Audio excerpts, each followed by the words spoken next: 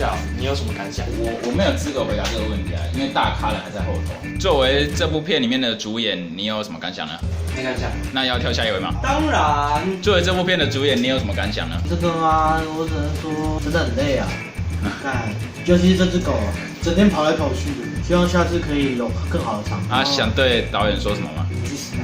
想对编剧说什么吗？去死吧！摄影呢？去死吧！那后置呢？吐了。OK， 我来听听导演怎么说。请问你为何会有想要拍这拍这部片哦？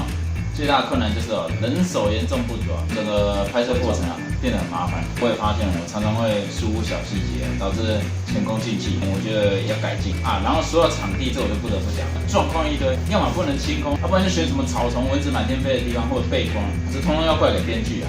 我来听听编剧怎么说。一开始会写这个剧本，是因为受到主广大传的色性所启发，就想说我们也来拍个微电影好了。然后我就想一个主题叫小帅闹双胞。从这个点出发，我就开始写剧本。一天过去，我就完成了3/4。谁知道过了2个月才开拍，都是因为摄影太懒惰了。听说导演抱怨你选的场地很烂呢，一堆蚊子呢。你听谁说的？他本人说的。明明他自己从小没被蚊子叮习惯，他出门又不带防蚊液。要不是他，我也不用一直修改剧本。我刚才要死定了，下一部作品剧本，导演你小心点看。我来听听摄影怎么说。这是个很辛苦的工作，因为我们没有专业的单眼，我们只能用手机。手机也号称镜头一流，却一直自己乱对焦，会帮到吗？不要去抱怨，不是让你访问好吗？对不起。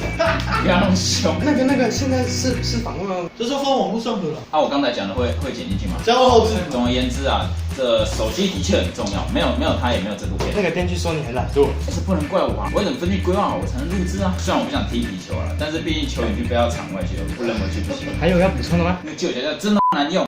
我来听听分镜怎么说。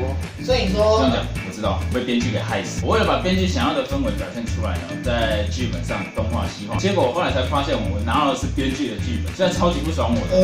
不是，听说你们经费不够，整组剧组只有1本剧本，那不就代表我得罪全部人了？大约啦。我来听听收音怎么说。本片没有收音。